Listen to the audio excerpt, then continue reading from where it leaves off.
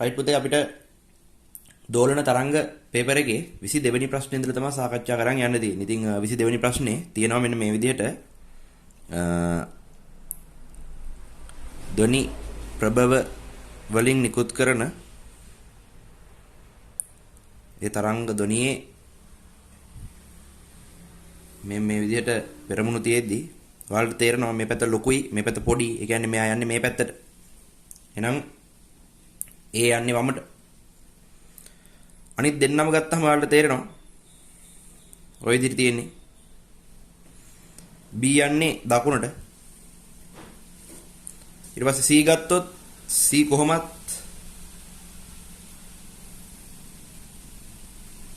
ධ්වනි ප්‍රවේගයට සමාන ප්‍රවේගයකින් යන්නේ. ඒකයි මෙහෙම මේ විදිහට එන්නේ. ඒ ප්‍රභවයේ ප්‍රවේගය ධ්වනියේ ප්‍රවේගයට සමාන වුණාම තමයි මෙහෙම යන්නේ දකුණට. C දකුණට. එතකොට වමට යනවා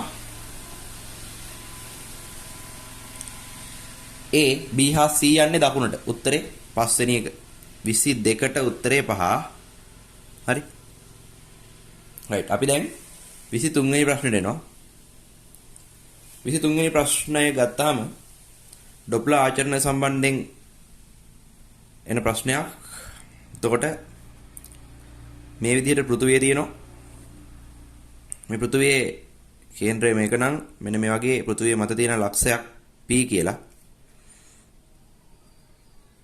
මෙන්න මෙහෙම චන්ද්‍රිකාවක් යන සිද්ධියක් තියෙන මේක වටේට චන්ද්‍රිකාව යනවා. ඔය විදිහට. එතකොට මෙතන ඉඳලා මෙතෙන්ට එද්දි සංඛ්‍යාතය වෙනස් වෙන විදිහ අහන්නේ. දැන් ඇත්තටම මේක අපි C කියලා ගත්තොත් මෙන්න මේ දුර y කියලා හිතමු.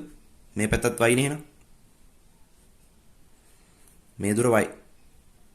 හරි. මේ දුර x කියලා ගමු. ඇත්තටම ඔයාලට තේරෙන්න ඕනේ මේ හැඩේ බලලම තීරුම් කරන්න පුළුවන් y ට වඩා x මේ x ට වඩා y ලොකුයි කියලා.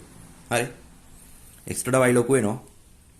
එතකොට මේ x ට වඩා y ලොකු වෙනවා කියන්නේ දැන් හිතා ගන්න පුළුවන් පෘථුවිය පෘෂ්ඨයේ ඉඳලා මේ මෙතෙන්ටනේ x කියන්නේ. දැන් මෙතන ඉඳන් ගත්තත් මේ ටික x වෙන්න ඕනේ. මෙන්න මේ ටික. හරි.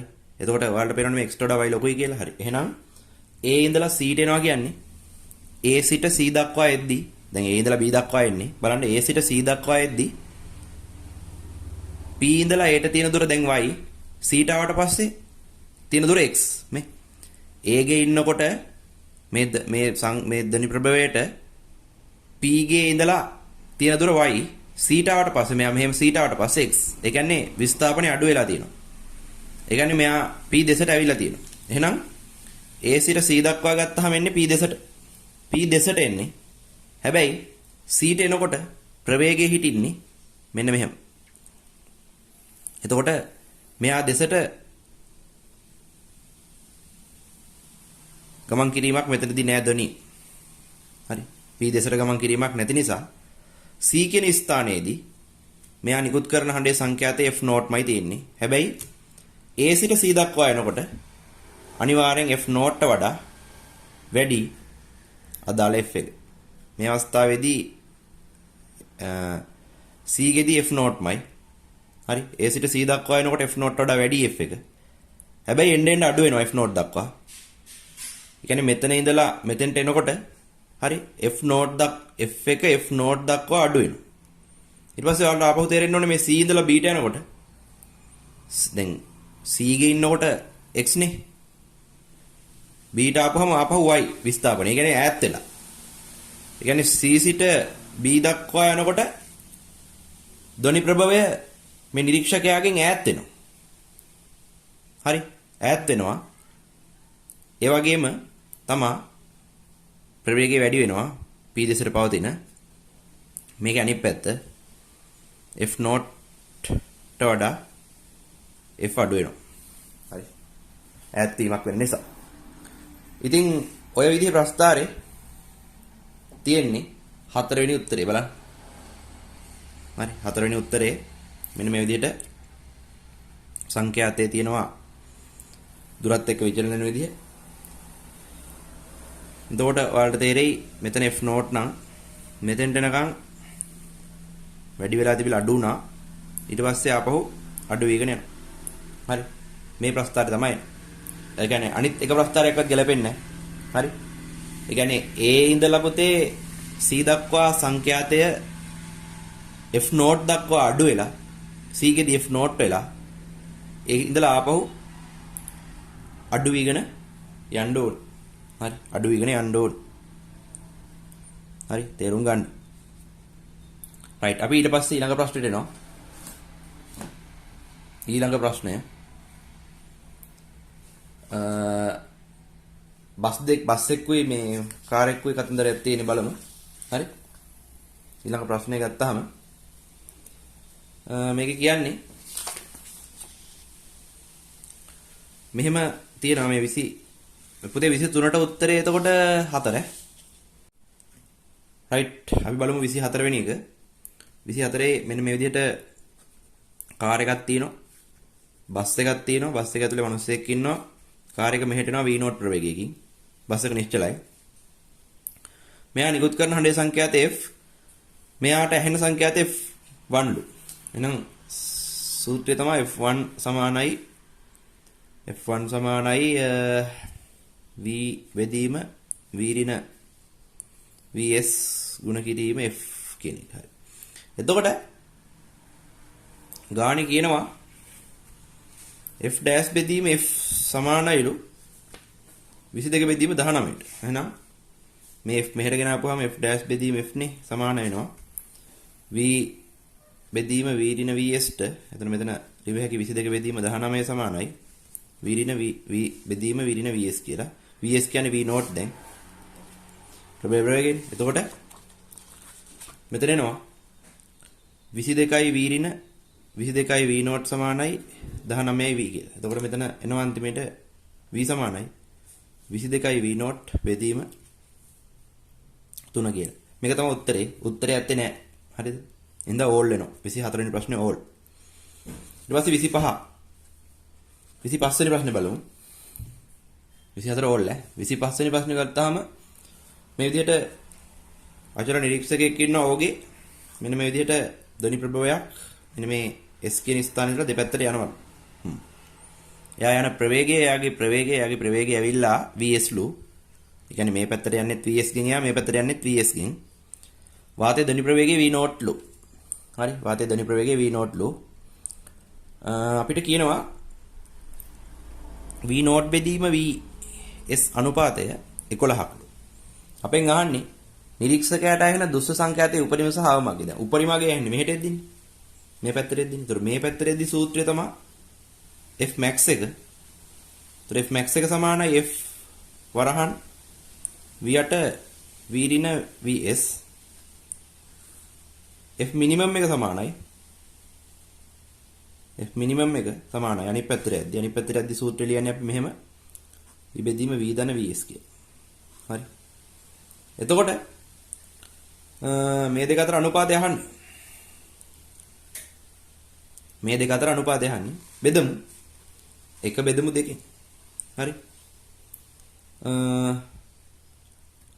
ගාණේ අහන්නේ උපරිම සහ අවම සංඛ්‍යාත අතර අනුපාතය. ඒ කියන්නේ F max බෙදීම F minimum අහන්නේ. F max බෙදීම F minimum ගත්තාම එනවා V ධන VS යට V ඍණ VS කියලා.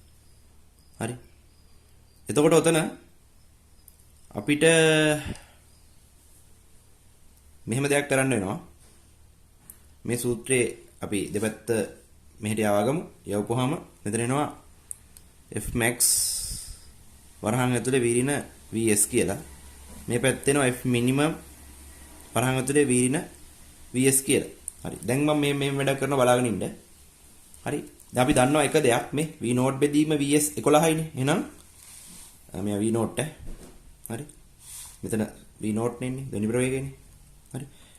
V0 හරි. ධ්වනි ප්‍රවේගය නිසා එතකොට මෙතන පුතේ මේ දැන් මට පුළුවන් මේ මුළු සූත්‍රෙම මම බෙදනවා VS ගෙන්. හරි. මේ පැත්ත VS ගෙන් බෙදනවා. මේ පැත්තත් VS ගෙන් බෙදනවා. බෙදපුවාම මෙතන එනවා. හොඳට බලන්න.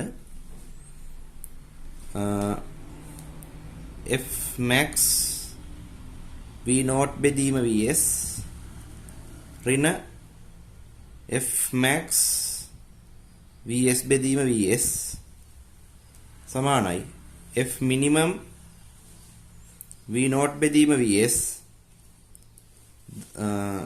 මෙතන එන්නේ ධන මේ පැත්ත ධනනේ මේ කෑල්ලනේ මෙහෙට යන්නේ මෙයානේ මෙයා මෙහෙට එනවනේ එතකොට ධනනේ මෙතන තියෙන්නේ ධන f minimum vs බෙදීම vs කියලා. හරි. ඔයාලට පේනවා මෙතන මේ vs ට vs කැපෙනවා. මේ vs ට vs උත් කැපෙනවා. හරි. එතකොට v0 බෙදීම vs 11යි. මෙතනත් v0 බෙදීම vs 11යි. එහෙනම් අපිට අන්තිමයට ගන්න පුළුවන්. හරි.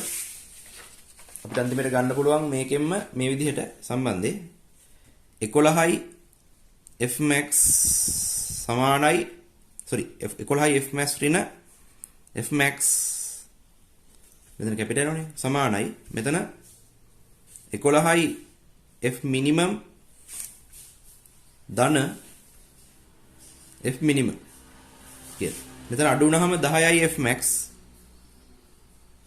මේ පැත්ත 12යි f minimum කියලා එනවා. එතකොට f minimum මෙහෙට ගත්තට පස්සේ f max එක උපරිමගේ යට අවමගේ මිනිමම් එක සමාන වෙනවා 12 බෙදීම 10ට. 12 බෙදීම 10ට. හරි. 25 වෙනි ප්‍රශ්නය ගත්තට පස්සේ ඒකත් ඕල් වෙනවා. පුතේ මේ ඕල් නෑ. සෝරි උත්තරේ තියෙනවා. මේ 12 බෙදීම 10 කියන්නේ 6 බෙදීම 5නේ. හරි. ඒතකොට උත්තරේ ඇවිල්ලා 4 25ට. උත්තරේ 4. right. ඊළඟට 26 වෙනි ප්‍රශ්නේ බලමු. 26 වෙනි ප්‍රශ්නේ කියන්නේ මෙන්න මෙහෙම කතාවක්. කියනවා නලාව තද නාද කරමින් ඒකාකාර ප්‍රවේගයෙන් ගමන් කරන දුම්රියක් නිශ්චල නිරීක්ෂකයෙකු පසු කරයි. දුම්රිය නිරීක්ෂකයා පසු කිරීමට පෙර සහ පසු ඔහුට වන සංඛ්‍යාත අතර අනුපාතය 6ට 15. ආහා. ධ්වනි ප්‍රවේගයක් දීලා දුම්රිය වේගය අහනවා එච්චර දෙයක් නැහැ. දැන් නිරීක්ෂකයා මෙහෙමනේ දුම්රිය මෙහෙට එනවා. ඒ අවස්ථාවේ අපි හිතමු දුම්රිය ඇත්ත සංඛ්‍යාතය f ඇහෙන සංඛ්‍යාතය f dash. එතකොට යනකොටත් දුම්රිය ඇත්ත සංඛ්‍යාතය f හැබැයි ඇහෙන සංඛ්‍යාතය f double dash කියලා ගමු. එතකොට අපිට දීලා තියෙනවා f dash සහ f double dash අතර අනුපාතයනේ. ඔව්. අපිට දීලා තියෙනවා f dash බෙදීම f double dash සමානයි 6 බෙදීම 5යි කියලා පුතේ. දැන් අපි සූත්‍රය ලියුවොත් මෙහෙ ඒ කියන්නේ නිරීක්ෂකයා දෙසට එන අවස්ථාවේ සූත්‍රය ලියුවොත් f dash සමානයි f වරහන් v ඍණ v යට vs v බෙදීම v ඍණ vs ඔහොම එනවා. f double dash ගත්තොත් f එනවා යනකොට මේ විදිහට v ධන vs හරි. ඔය විදිහට. දැන් අපෙන් අහන්නේ මේ vs කීයද කියලා අහන්න. ධ්වනි ප්‍රවේගයක් දීලා තියෙනවා. right. මෙහෙම කරමු.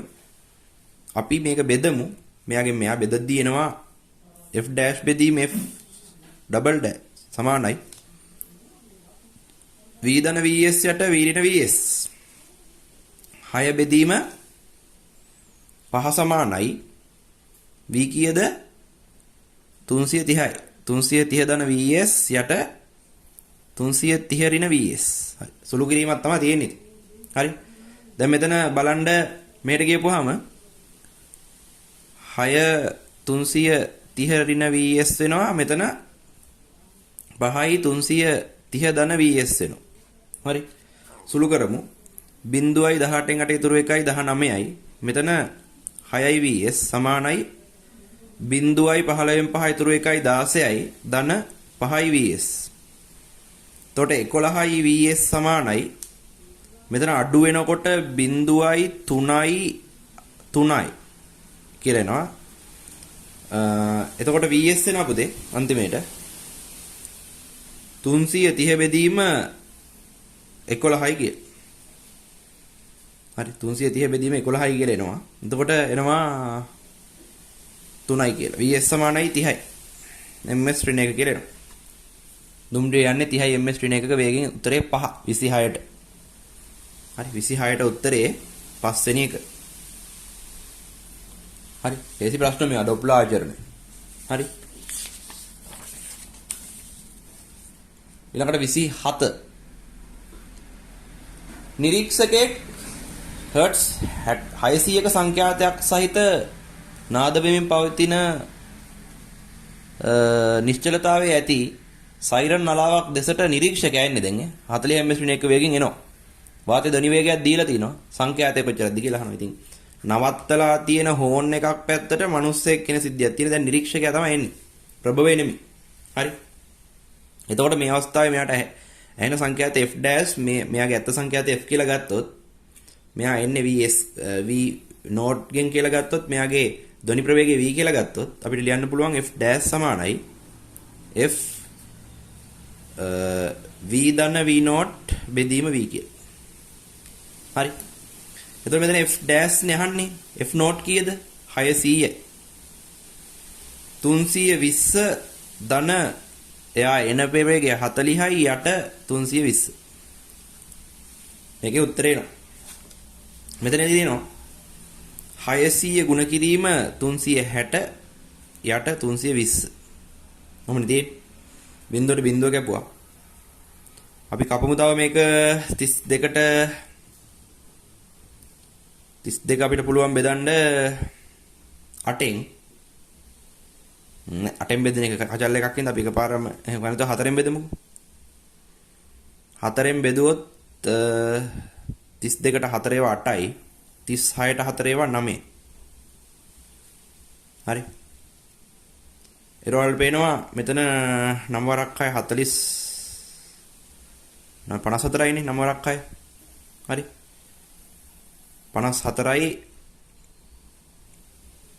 ඔව් නම් වරක් 5 45යි 54යි 54යි බිඳු 2 යට 8.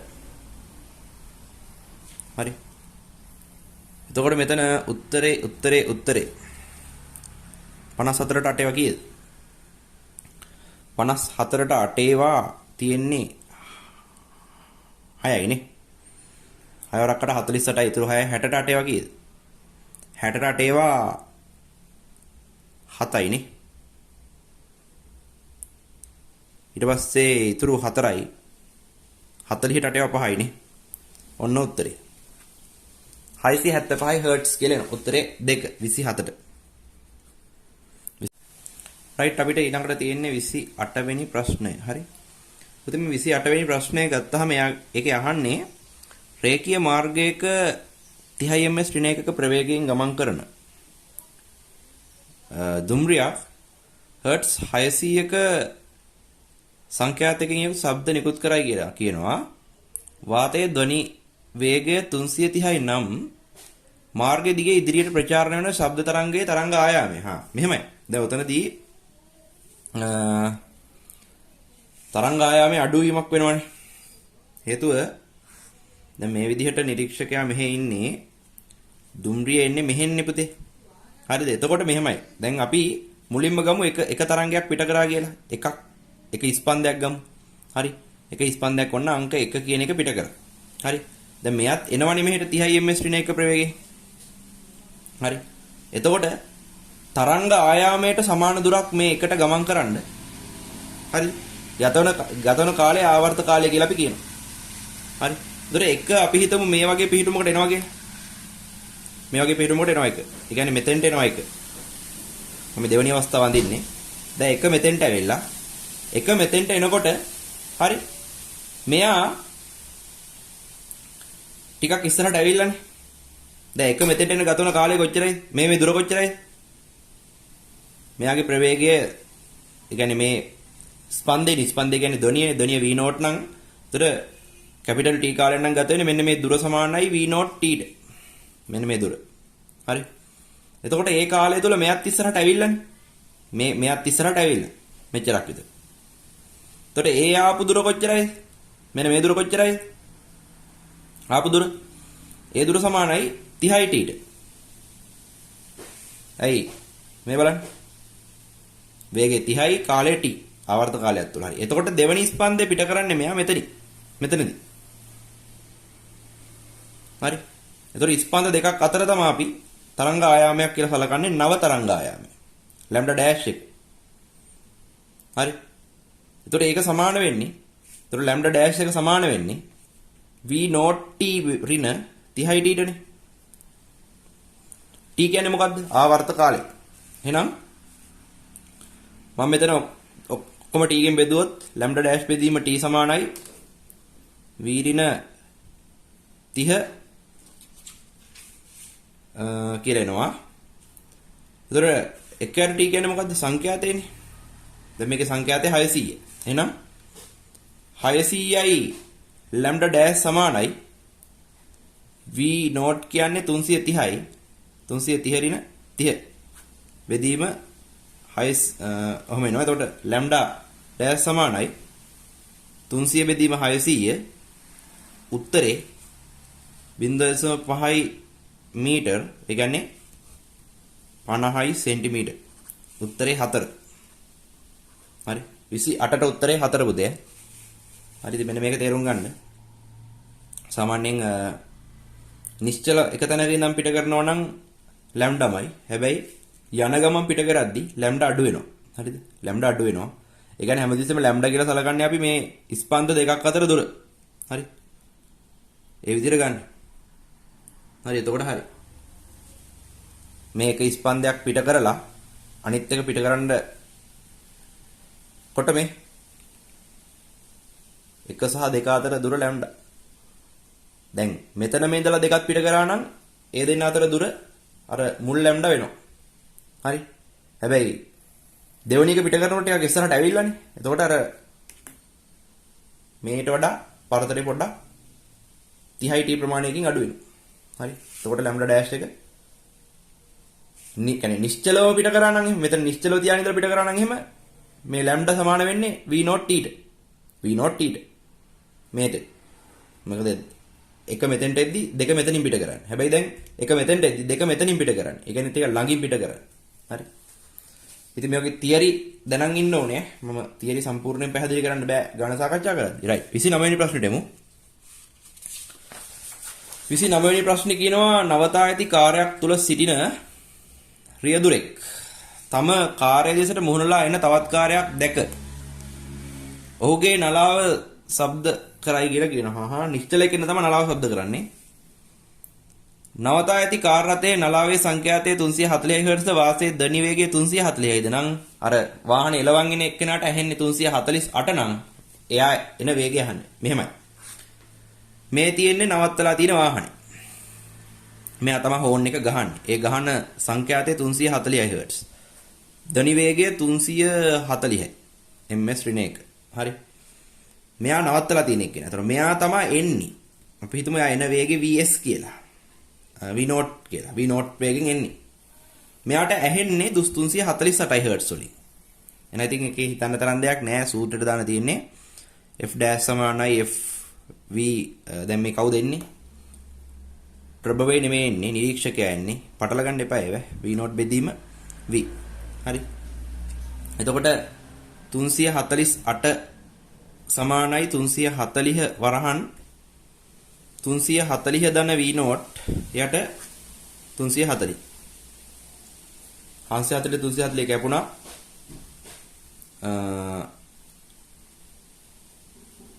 එතකොට මේ ටික විතරයි ඉතුරු v not සමානයි 8යි ms ඍණ 1 කියලා එනවා. ආය හදන්න දෙයක් නැහැ. උත්තරේ 5. 29ට උත්තරේ 5. රයිට්. ඊළඟ අපි යනවා 30 වෙනි ප්‍රශ්නෙට. හරි. සංඛ්‍යාතය කිලෝහර්ට්ස් එකක් වූ හඬක් නිකුත් කරන නිශ්චලතාවයේ ඇති ධ්වනි ප්‍රභවයක් දෙසට 20 ms ඍණ 1ක වේගයෙන් මෝටර රථයක් ගමන් කරයි. මෝටර රථයෙන් පරාවර්තනය වී නැවත ප්‍රභවයට පැමිණෙන තරංග මුල් තරංගය සමග නුගැසුම් ඇති කිරීමට භාවිත කරනු ලැබේ. හරි. මෙහෙමයි සීන් එක. දැන් පුතේ අපි 30 වෙනි ප්‍රශ්න සාකච්ඡා කරන්නේ. මේ විදිහට ධ්වනි ප්‍රභවයකින් හරි හර්ට්ස් 1000 වෙච්චි සංඛ්‍යාතේ හර්ට්ස් 1000 වෙච්චි ධ්වනි තරංග පිට කරනවලු. වාහනයකුත් එනවලු මෙහෙට. හරි. 20 ms ඍණ 1කින්ලු වාහනේ එන්නේ. ධ්වනිය එන්නේ 320කින්ලු. හරි. ධ්වනි වේගය 320යි. හරි. දැන් මෙහෙමනේ. මෙයා ඇවිල්ලා මෙන්න මේකේ පරාවර්තන වෙලා ආය යනවලු. ඒ පරාවර්තන වෙලා යනකොට නුගැසුම් ඇති වෙනවලු. මේ ප්‍රභවයට දැනෙන විදිහට නුගැසුම් අහන්න. හරි. දැන් මෙහෙමයි. හරි. මේක 1000යිනේ. ඒක එහෙම තියාගමු. ඒතර ප්‍රභවයට පරාවර්තනය වෙලා එන එක දැනෙන්නේ කොහොමද කියලා බලමු. හරි. ප්‍රභවයට පරාවර්තනය වෙලා එන එක දැනෙන්නේ කොහොමද කියලා අපි බලමු.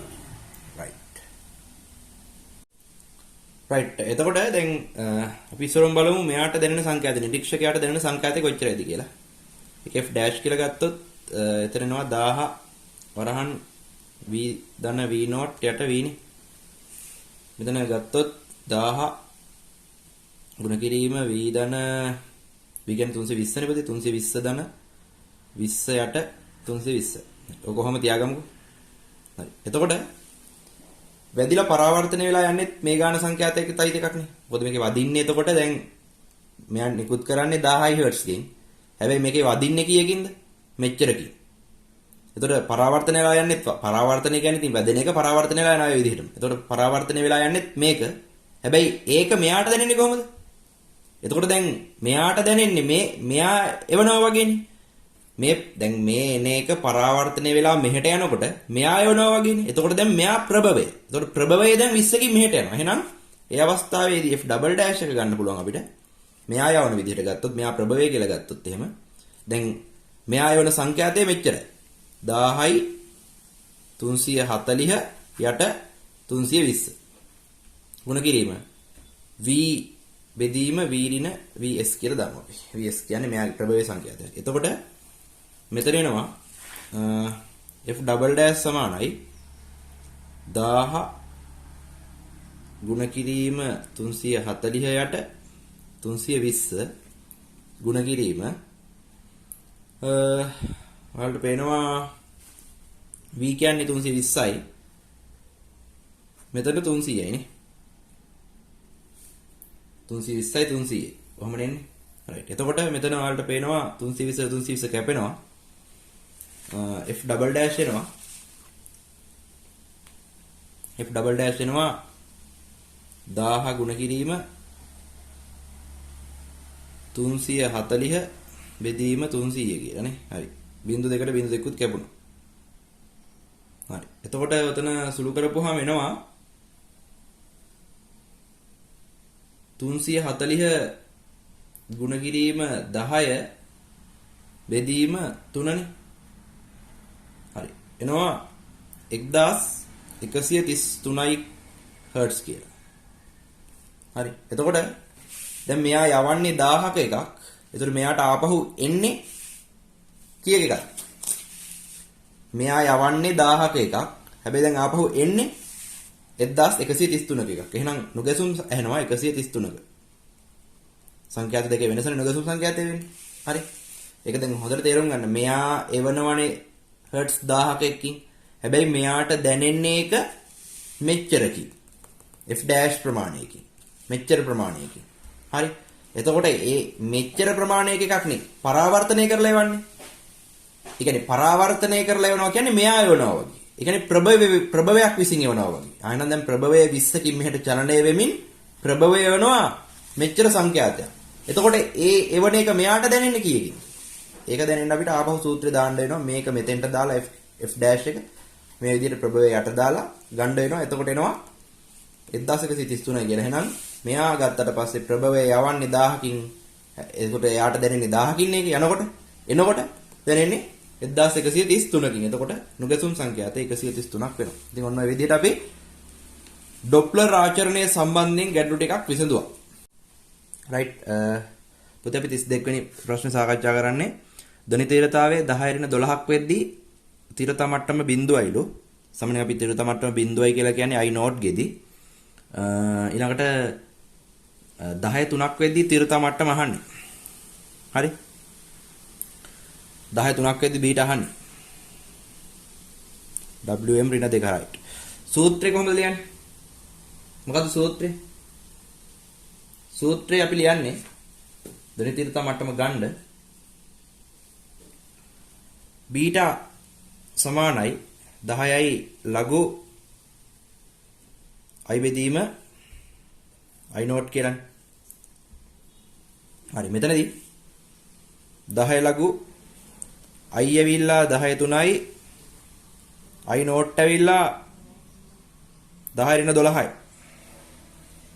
එතකොට මෙතන 10 ලඝු එනවා පුතේ 10 පාදයට නෙමෙයි ලඝු ගන්න අපි. එතකොට 9. එතන එනවා 10 12 නිසා උඩට ගියපුවාම 10 9ක් වෙලා. හරි. එතකොට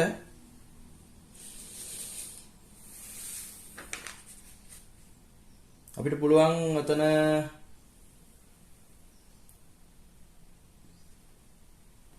10 3යි sorry 10 9ක් නෙමෙයි මට ඒකයි මම බැලුවේ 10 3 10 12 උඩට ගියපම 10 15ක් වෙන්නේ 10 15ක් වුණාම ලඝු 10 පාදයට 10 15 කියන්නේ 10 පාදයට 10 15 කියන්නේ 15යිනේ. එතකොට 10 වරක් 15 150 ඩෙසිබෙල් උත්තරය. උත්තරය 150 ඩෙසිබෙල්. සමහරවිට අපි i නෝට් ගෙදී 0.1 කියලා ගන්න. ඒතකොට සූත්‍රය මෙහෙම එන්නේ. හරි. ඩෙසිබෙල් 150. හරි. රයිට්. අපි ඊට පස්සේ එනවා ඊළඟ ප්‍රශ්නෙට. ඒ තමයි 33 නේද? බල්ලෙක්ගේ කේස් එකක්. බල්ලෝ බුරනකොට ගණක් තියෙන එක. හරි. එක බල්ලෙක් බුරනකොට මිලිවොට් එකක ක්ෂමතාවයක් සහිත ශක්තියක් ජනනය කරනවලු. ඒක ඒකාකාරව ප්‍රචාරණය වෙනවලු අර්ධගෝලීය ප්‍රදේශයක. අර්ධගෝලීය ප්‍රදේශයක. හරි. එම වර්ගයේ බල්ලන් 10ක් එකවර බුරද්දි. බල්ලෝ 10ක් එකවර බුරද්දි මීටර් 100 බෙදීම 10 sorry මීටර් 100 බෙදීම මුල 6 දුරකින් පවතින ලක්ෂයක තීව්‍රතා මට්ටම සහ තනි බල්ලෙක් බුරද්දි තීව්‍රතා මට්ටම අතර වෙනස හොයන්න කියලා තියෙන්නේ. බලමු කොහොමද හදන්නේ කියලා. රයිට් අපි හිතමු මේ විදිහට බල්ලා ඉන්නවා මෙතන dog right මෙතන ඉඳලා ඔය කියන විදිහට 100 බෙදීම මූල 6යි මීටර දුරකින් තියෙන මෙන්න මේ වගේ x ලක්ෂයක තීරතාවය හොයන්න බෑ ඉස්සර මේක බල්ලෙක් ඇති කරන. එතකොට i සමානයි p බෙදීම a නේ.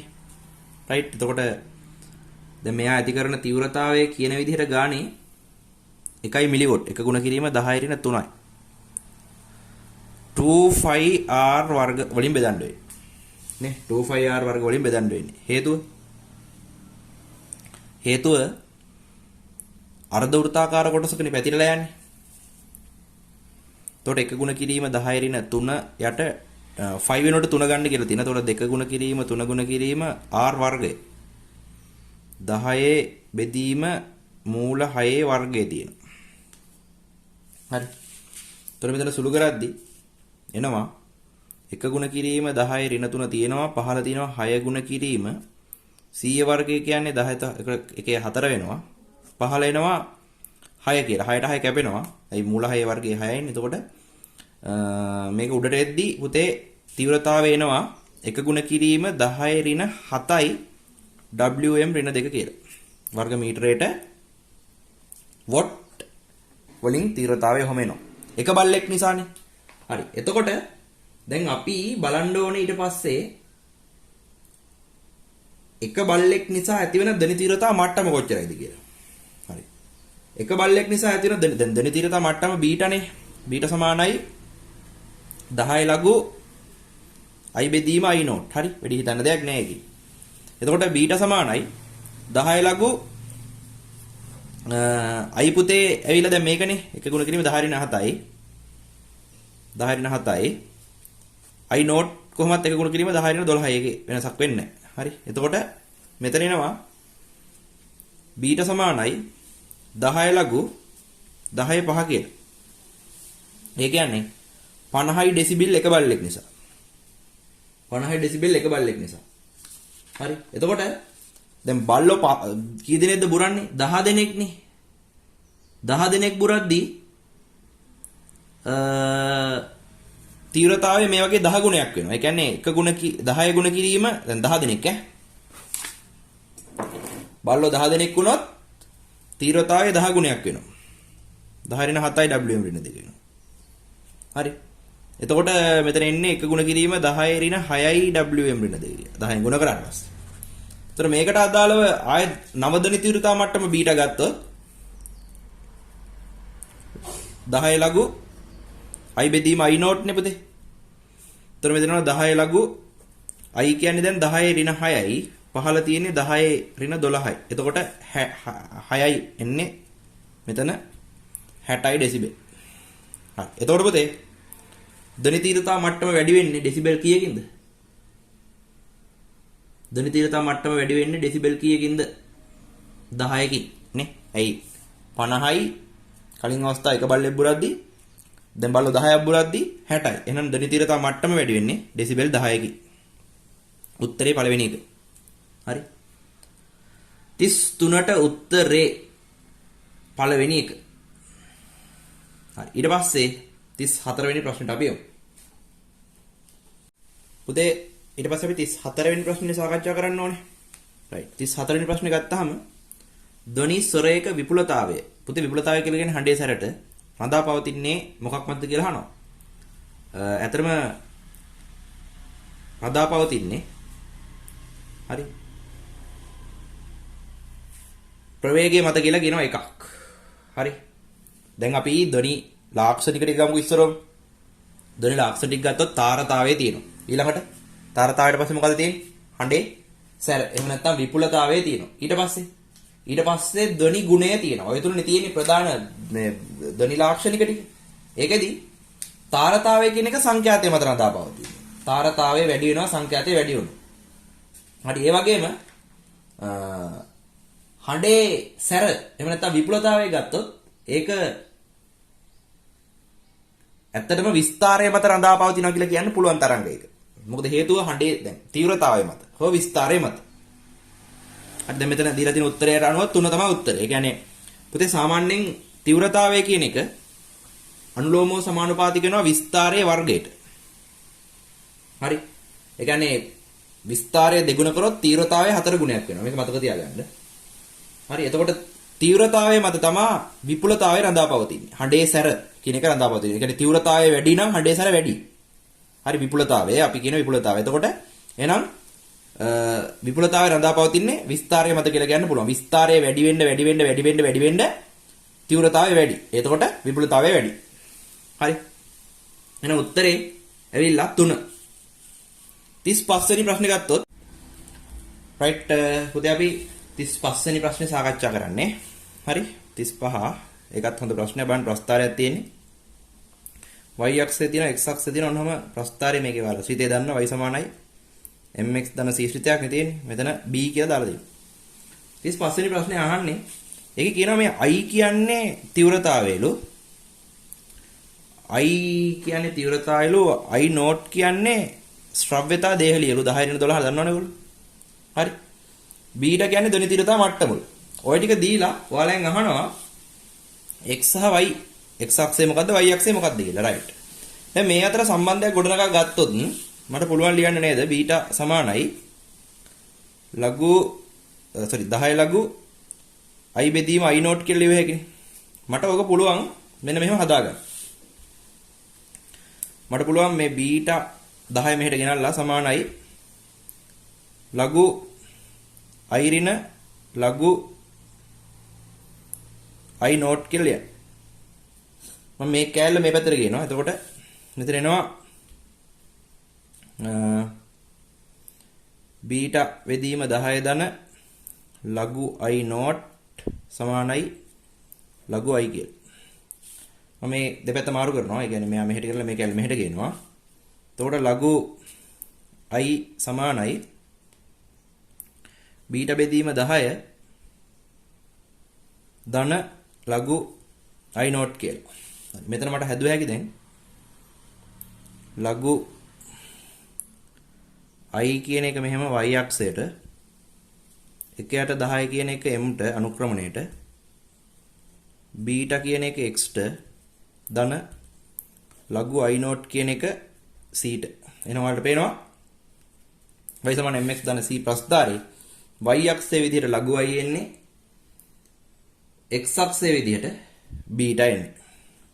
එහෙනම් ඒ උත්තරේ තියෙන්නේ 35ට උත්තරේ 4. මේ x අක්ෂය කියන්නේ බීටා. y අක්ෂය කියන්නේ ලඝු i. right. එතකොට අන්තක්ඛණ්ඩයනේ b කියන්නේ. පුතේ ඊළඟට 36 වෙනි ප්‍රශ්නයත් මේ ප්‍රස්තාරයේ ආශ්‍රිතම ප්‍රශ්නයක්. එහෙනම් දැන් 35ට උත්තරේ 4.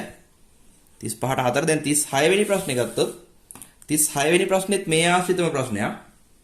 ඒකේ අහන්නේ ධ්වනි තීව්‍රතාවයේ Wm ඍණ 2 මගින්ද තීව්‍රතා මට්ටම ඩෙසිබල් වලින්ද දෙනවා නම් හරි. අපෙන් අහන්නේ b යගේ. පුතේ b කියන්නේ අන්තක්ඛණ්ඩයනේ. අන්තක්ඛණ්ඩය කියන්නේ ලඝු i. හරි. ලඝු i. right. එතකොට ලඝු i ගේ අගේ කීයද? ලඝු i ගේ අගේ කීයද? 10 ඍණ 12යි කියන්නේ. හරි. කීයද එන්නේ? ලඝු i ගේ අගේ 10 12 කියන්නේ කීයද? පුතේ මෙන්න මෙහෙම දෙයක් තියෙනවා. දැන් මෙතන ලඝු i නෝට් නේ අන්තක්ඛණ්ඩයේ තියෙන්නේ. එතකොට i නෝට් අගේ 10 ඍණ 12යි. එතකොට අපි දන්නවා LOG 10 පාදයට 10 ඍණ 12 කියන්නේ ඍණ 12යි කියලා. හරි. එතකොට ඍණ 12 තමයි උත්තරේට තියෙන්න ඕනේ. ඒකේ උත්තරේ අගේ විතරක් සලකලා ගත්තොත් 12 කියලා ගත්තා ඒක.